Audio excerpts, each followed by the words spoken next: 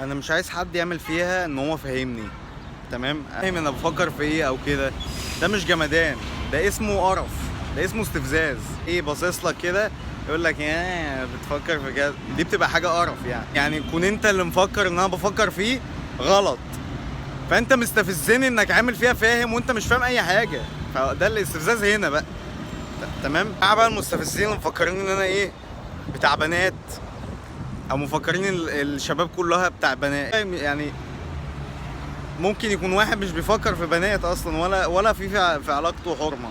يعني واحد مثلا ابتدى يروح الجيم، يقوم بقى واحد تاني غتيت يجي يقول له هي اللي قالت لك روح الجيم صح؟ دي حاجه. اهتميت مثلا بشكلي بشعري ايه، في واحده ولا ايه؟ في ايه؟ هو لازم تكون في واحده اللي قايله لي. انا ما ينفعش مثلا افكر ان انا اتغير في حياتي او اغير شكلي او اغير، لازم يكون في واحده